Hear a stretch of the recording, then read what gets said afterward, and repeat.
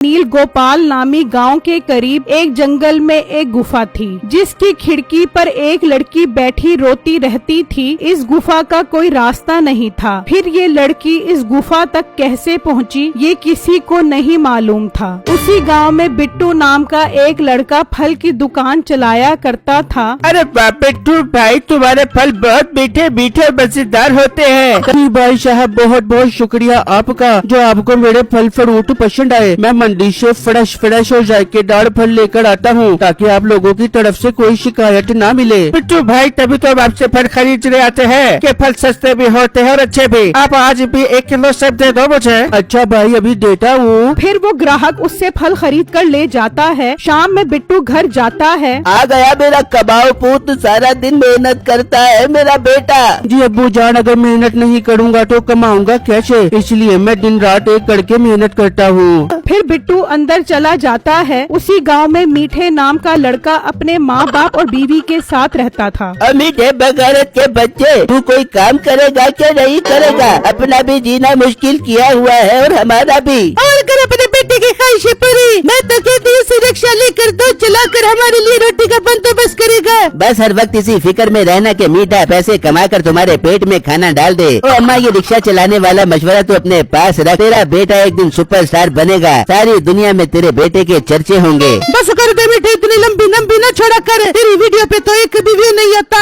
एक भी व्यू नहीं आता और सारा दिन वीडियो तो ऐसे बनाता रहता है जैसे दुनिया तेरा मुंह देखने के लिए तरस रही हो। अरे अब्बा, कर ले जितनी बातें करनी है तूने। तेरे बेटे ने अभी नेटफ्लिक्स पर अकाउंट बनाया है, थोड़ा टाइम लगता है फेमस होने में। हाथ जोड़ती हूँ तेरे आगे, हमारे मरने से पहले फेमस हो जाए। ये नहीं सुधरेगा। अच्छा बेगम, मैं जा रहा हूँ सरदार साहब के पास, उन्होंने कुछ सामान मंगवाना था। ये कहकर वो वहाँ से चला जाता है। जी सरदार साहब, आपने बुलवाया था, सब खैर तो है ना? हाँ, सब खैर ही है। असल में मैंने बाजार से 10 किलो आम मंगवाने थे और तुम फल बहुत अच्छा खरीदते हो, इसीलिए तुम्हें बुलवाया था ताकि तुम ही बाजार से मेरे लिए फल लेकर आओ। सरदार से पैसे लेकर चल पड़ता है और सोचने लगता है, क्यों ना मैं ऐसा करूँ, आम बाजार से खरीदने की बजाय जंगल से तोड़ लेता हूँ। ये पैसे बच जाएंगे, चलो 1-2 दिन घर का गुजारा हो जाएगा। मैं मीठे को भी अपने साथ ले जाता हूँ, वो आम तोड़ने में मेरी मदद करेगा। वो घर पहुँच जाता है। चल मीठे, सरदार साहब ने आम मंगवाया है, वो लेने मेरे साथ चल। तो अब्बा तू अकेला चला जा, मैं क्या तेरी टोकरी हूँ जो मुझे साथ लेकर जाएगा? ओ पागल, मैं चाह रहा हूँ सरदार साहब ने जो आम के पैसे दिए हैं वो हम अपने पास रख ले और उन्हें आम जंगल से तोड़ कर ला दे। अरे वाह अब्बा, दिहाड़ी बनाने का तरीका तो बहुत अच्छा निकाला है तूने, मगर मैं एक शर्त पे जाऊंगा, आधे पैसे तू मुझे देगा। अच्छा दे दूंगा, अब चल मेरे साथ। वो दोनों निकल पड़ते हैं और जंगल में आम ढूंढते ढूंढते उसी गुफा तक पहुंच जाते हैं। तो उनकी नजर उस लड़की पर पड़ती है। वो उस खिड़की में बैठी रो रही होती है। ओ बेटा, ये लड़की यहाँ खिड़की में बैठी क्या कर रही है? अरे अब्बा, मेरे से तो तू ऐसे पूछ रहा है जैसे इसे मैं यहाँ पर बिठा कर आया हूँ। मैं तो खुद हैरान हूँ, इस गुफा का कोई रास्ता नहीं है, फिर ये इस गुफा की खिड़की तक कैसे पहुँच गयी? बेटा, मुझे तो ये दूसरी मखलूक लगती है, मैं तो कहता हूँ भाग ले यहाँ से। अरे अब्बा सब्र कर, मुझे इसकी वीडियो बनाने दे, नेटफ्लिक्स पर डालूंगा, बहुत व्यूज आएंगे। मीठा उस लड़की की वीडियो बनाना शुरू कर देता है और वो उसी दौरान गायब हो जाती है। ओ अब्बा, तू ठीक कह रहा था, ये तो वाकई कोई दूसरी मखलूक है, मैंने इसकी वीडियो बना ली है। चल अब यहाँ से चलते हैं। ओ बेगम, एक बहुत अजीब वाकया पेश आया।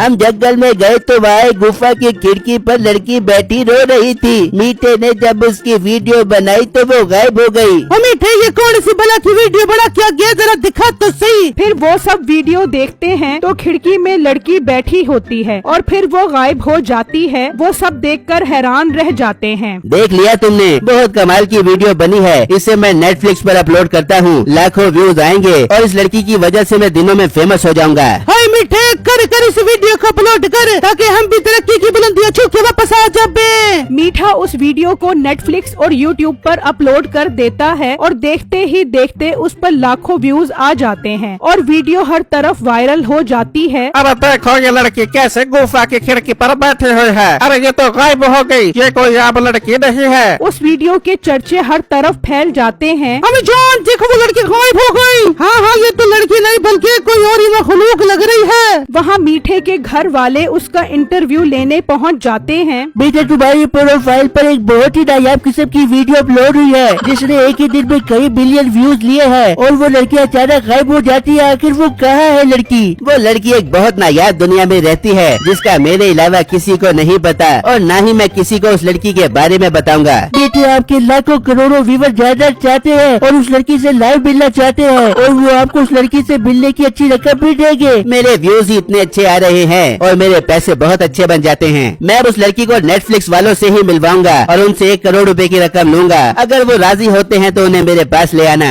मुलाजिम मुंशी अभी तक फल लेकर नहीं आया, जरा जाओ तो सही उसके घर और देखो वो अभी तक क्यों नहीं पहुंचा। सरदार के मुलाजिम निकलते हैं और उनके घर पहुंच जाते हैं तो वहाँ न्यूज रिपोर्टर को देखकर वो हैरान रह जाते हैं। अरे अंकल, सरदार साहब पूछ रहे हैं आप अभी तक आम क्यों नहीं लेकर आए? ओ हेलो, मेरी बात सुनो, तुम्हें नजर नहीं आ रहा यहाँ न्यूज रिपोर्टर खड़े हैं और तुम मुंह उठाकर आ गए हो? हम आम का पूछने आए हैं जो सरदार साहब ने मंगवाए थे। हमें कोई शौक नहीं है यहाँ पर आने का। जल्दी बताओ आम कहाँ पर हैं? हमने आम के पैसे उस मोटे बिट्टू फल वाले को दिए थे। वो कह रहा था मैं खुद सरदार साहब के पास लेकर पहुँच जाऊंगा। जाओ खुद ही जाकर उससे ले लो और आज से मेरा अब्बा तुम्हारे सरदार के पास मुंशीगिरी नहीं करेगा। और आकर सरदार को बताते हैं। क्या उसने पैसे उस फल वाले को दिए हैं? चलो उस फल वाले के पास चलो।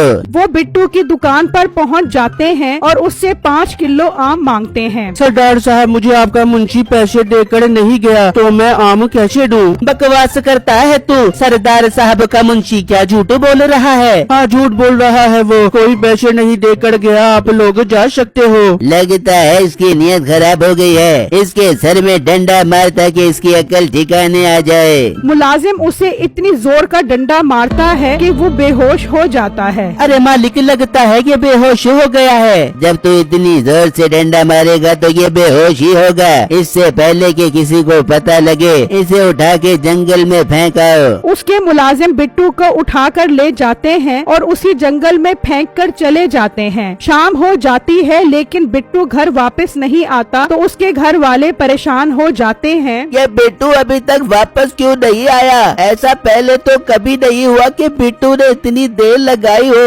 उसका बाप निकलता है और दुकान पर आकर देखता है कि बिट्टू वहाँ मौजूद नहीं होता। अब उसकी परेशानी में इजाफा हो जाता है और वो उल्टे पांव वापस चला जाता है। वहाँ बिट्टू को होश आता है तो वो इधर उधर देखकर डर जाता है। अरे ये तो वो मुझे इस खतरनाक जंगल में फेंक गए। हाय, मैं वापस कैसे जाऊंगा? बिट्टू उठकर चलने लगता है कि अचानक उसकी नजर उस गुफा की खिड़की पर पड़ती है। वो उस खिड़की पर लड़की को रोता देखकर परेशान हो जाता है। आप कौन हो और क्यों रो रही हो? वो बिट्टू की बात का जवाब नहीं देती और रोने लग जाती है। आप रो क्यों रही हो? मुझे बताओ, मैं आपकी मदद करना चाहता हूँ। लेकिन उस लड़की की तरफ से कोई जवाब नहीं आता और वो गायब हो जाती है। तभी वहाँ पर एक परी आती है। तुमने क्या कहा? तुम मेरी बहन की मदद करना चाहते हो? आप कौन हो परी बाजी? जिस लड़की की तुम मदद करना चाहते हो मैं उसकी बहन हूँ और उसे जादूगर ने कैद कर लिया है और उसे कोई भी नहीं छुड़वा सकता। और अब तो लोग मेरी बहन की बेबसी का फायदा उठाकर इसकी वीडियो बनाकर पैसे भी कमा रहे हैं। इन्हें ये नहीं पता कि ये कितनी मुश्किल में है। वो जादूगर ने हर रोज इसका खून चूसती है। परी बाजी, आप परेशान मत हो, मैं मदद करूँगा। आखिर कोई तो रास्ता होगा उस जादूगरनी की कैद से आजाद करवाने का। लड़के, इसमें बहुत खतरा है, तुम्हारी जान भी जा सकती है। मुझे अपनी जान की कोई परवाह नहीं है। आप मुझे रास्ता बताओ, मैं अपनी पूरी जान लगा दूंगा। तो फिर सुनो, वो जादूगरनी इसी गुफा के अंदर रहती है और इस गुफा का रास्ता इस दीवार में है। मैं वो रास्ता खोल तो सकती हूँ मगर अंदर नहीं जा सकती।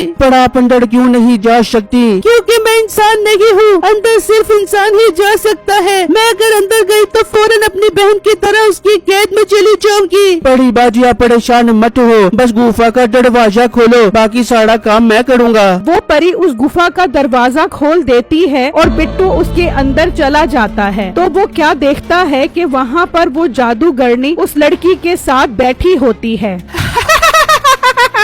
बहुत मजा आता है मुझे तेरा खून पीने का। बस एक दफा तेरी बहन पे मेरे हाथ लग जाए तो फिर मैं तुम दोनों का खून पिया करूँगी। मैंने अपनी जादुई लाठी से दरवाजे में हसार बनाया हुआ है। जैसे ही तेरी बहन तुझे बचाने के लिए आएगी वो फौरन मेरी कैद में आ जाएगी।